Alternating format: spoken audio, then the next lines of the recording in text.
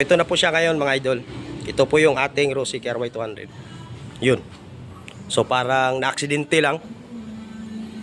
So actually napalitan na po ito ng bagong knuckle bearing. Hindi ko lang po napakita yung the whole process kung paano ginawa dahil busy tayo sa trabaho at hindi natin nakita yung pagpalit ng mekaniko.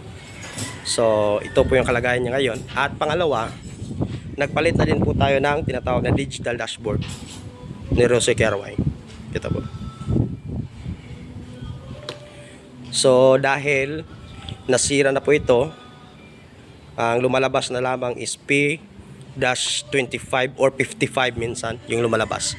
Ito po yung bago, may naka-plastic pa at wala siyang engraved na Rosy. Dahil alam naman po natin na ito ay replacement lamang. Ito yung kay Rosy. Ayan, makita natin.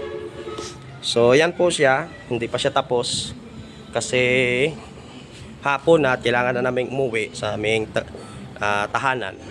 So, bukas na to siya matatapos mga idol. So, yan po yung kalagayan niya ngayon. So, sana suportahan nyo lang po ako palagi sa aking mini vlog. Subscribe, like, and comment na lang po mga idol. Maraming salamat po.